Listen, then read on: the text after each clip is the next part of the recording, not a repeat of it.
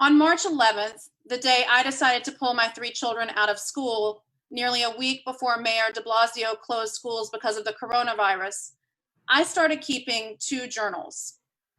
Now, maybe you think that because I'm a writer, I keep a journal during normal times. After all, lots of writers do, but I don't.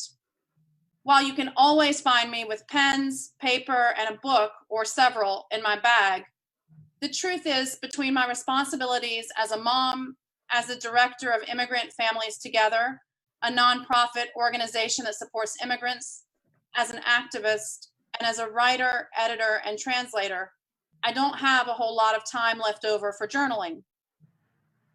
Early on in this pandemic, though, I realized I wanted to keep a journal. Not just one, but 2.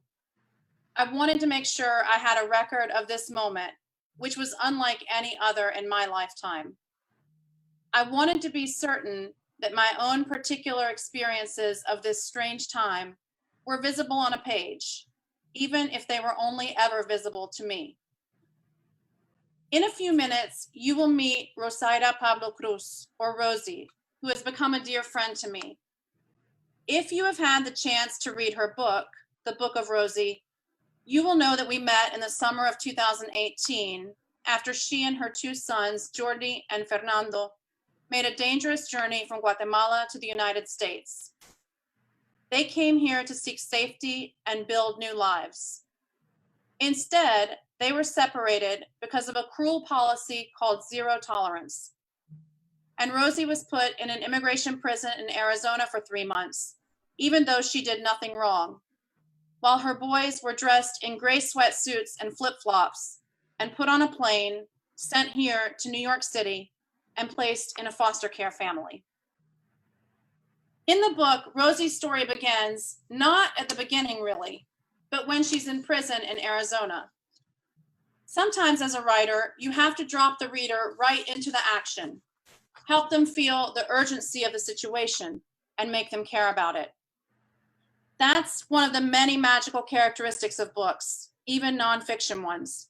You don't have to start at the beginning, and you don't have to tell the story in order. In later chapters of Rosie's book, you travel back in time to her childhood, to a chapter of history when Guatemala was in the middle of a devastating civil war. You learn that her father died when she was very young, and that she grew up in extreme poverty, moving from house to house. Many nights, she had nothing more than a tortilla to eat, and sometimes not even that. Rosie didn't grow up with a computer or a smartphone. Her home didn't have books. She didn't have her own bedroom or one that she shared with siblings where she could find a quiet space to write about her thoughts and feelings. But even if she had had such a space, she didn't have pen and paper in any of the houses where she lived. And her mother and her older sister didn't even have schooling. And yet, Rosie is the most incredible writer I have ever known. She's a great writer because she's a great storyteller. She has a natural gift for what many writers struggle to learn as a craft: how to identify the parts of her story that are important to people other than her, and how to leave out the details that are extraneous. And above all, she understands that the story is never just about the writer herself. When the last page is turned and the book is closed, the reader should feel as if they are taking something essential away with them. They should feel, after reading a really good piece of writing, that something about them has changed, that something might never be the same. Rosie's greatest hope, and mine too, is that people who read her book will learn and feel, that they will reflect upon their own lives and the world we live in, and that they will choose to act with care and kindness. We are living in a strange time. You may not have realized it, but right now you are here with me in my bedroom in Queens, when we were supposed to be at the New York Historical Society, dressed in our best and maybe having some quality snacks. Are you writing in this weird time? I hope you are. Even if no one ever sees what you're writing now, the world needs a record of your stories, your very own particular, unique experience of what it means to be a teen girl or gender nonconforming teen in the spring of 2020 in New York City in the middle of a pandemic. It doesn't matter right now what happens with those stories. What matters is that you record them. They are yours. They are precious. They are important.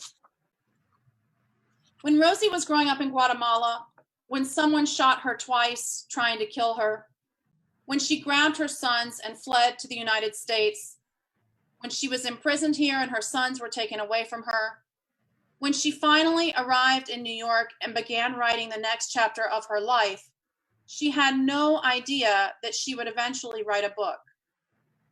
She didn't know that her own particular stories and those of her family, her hometown, and her country would someday matter to someone other than her. And she never wrote them down, but she kept them recorded in her memory until we sat for hours and days, sharing tea and tears at my kitchen table, gathering them up and laying them down, and looking at them together to ask, what happened? Why does it matter? How can it help?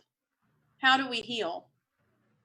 And that's how stories became chapters, which became this beautiful book, which, as the title suggests, is her book.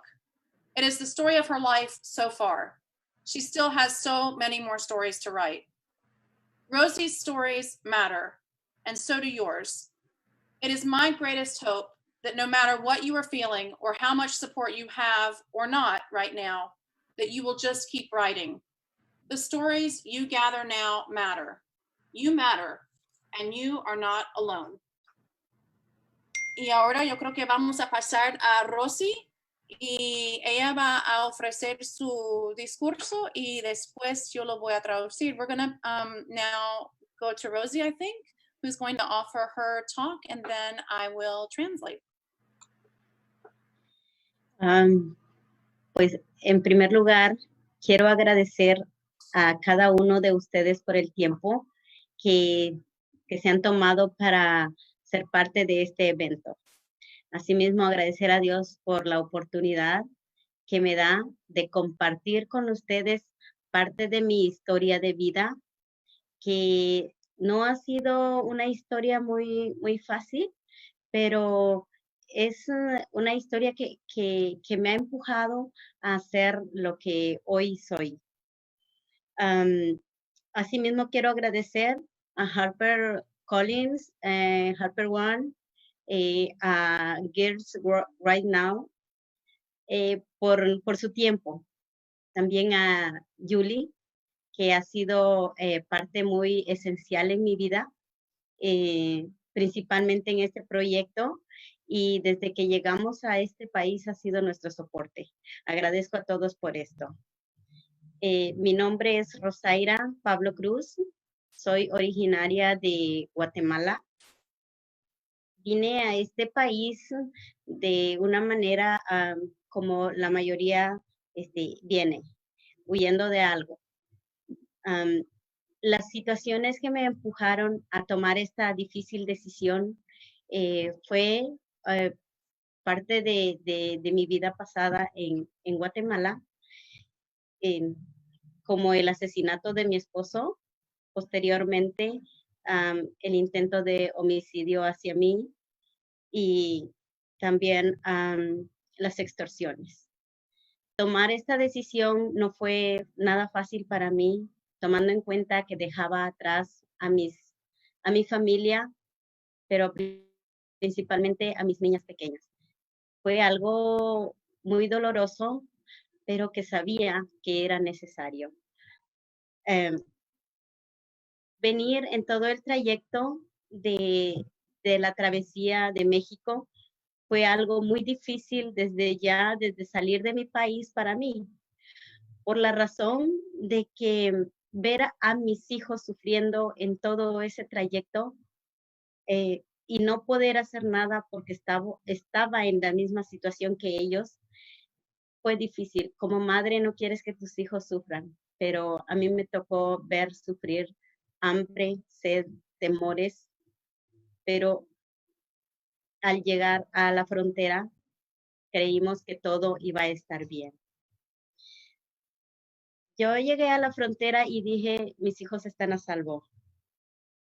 cuando nos llevamos la sorpresa de que a los pocos días nos separaron y mis hijos fueron traídos para la ciudad de Nueva York y a mí me dejaron en una detención. Sin duda alguna, puedes estar preparado para lo que sea. A pesar de todas las circunstancias que había pasado, no me esperaba este golpe tan duro. El sentirme separada de mis hijos sin saber su destino, sin saber lo que ellos iban a hacer en casa o en manos de otras personas, fue algo tan difícil para mí. Posteriormente, sentirme en un lugar donde no tenía comunicación con el exterior y sentirme tan sola, eso fue algo importante para mi vida. Era desesperante estar ahí. Sé que muchos tienen la oportunidad de viajar de una manera diferente. A nosotros no nos tocó así, porque venimos de una situación difícil.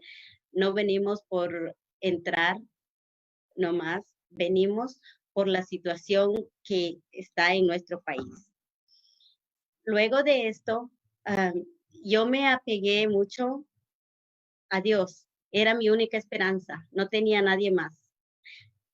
Cuando llegó el momento de que yo tenía que salir de esa detención, no sabía ni cómo lo iba a hacer, debido a la fianza que esto implicaba. El gobierno tampoco me daba esperanza sobre mis hijos, pero ahí apareció Schwietert, que me ayudó a salir de esa detención. Creo que todos tenemos una historia de vida muy difícil, pero lo más importante de todos estos obstáculos es encontrar esa luz. Sabemos que al final del túnel hay una luz y tienes que perseguirla. Por más difícil que sea la situación, por más dura que se vea, tienes que sacar fuerzas. Y mi manera de encontrar esa fuerza fue nada más buscando a Dios. Agradezco a todos nuevamente. Creo que lo que puedo decir es poco, me impacta lo que está pasando aún todavía, pero creo que en el libro ahí dice lo que hemos pasado con mi familia, situaciones difíciles. Bendiciones.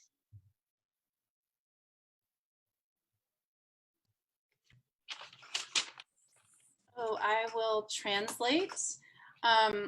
Rosy says, I would like to thank everyone who has taken time to be part of this event this evening, and to thank God for allowing me to share this story with you. It's not an easy story, but it's a true one, and it's mine. I'd like to thank Harper and Julie, who has been central to my life. My name is Rosayra Pablo Cruz. I am from Guatemala. I came here, as many do, fleeing something. My particular decision was prompted by the killing of my husband and an attempt that was made on my own life. This was not an easy decision, but it was a necessary one. It was a hard journey. As a mother, you don't want to see your children suffer. And on this journey, I saw my children suffer a lot. Hunger, thirst, danger. I thought upon arriving here that we would be safe, but we were separated, and I never expected this. I had no idea. I had no way to communicate with the outside world. I felt so alone. God was my only hope. When the moment came to leave the detention center, I had no idea how I was going to get out. We all have difficult stories, but we all have to find the light and follow it. And my light is the light of God. The impact of this experience remains with me, and in the book, I tell other stories about it. Thank you for being here tonight and for allowing me to share my story.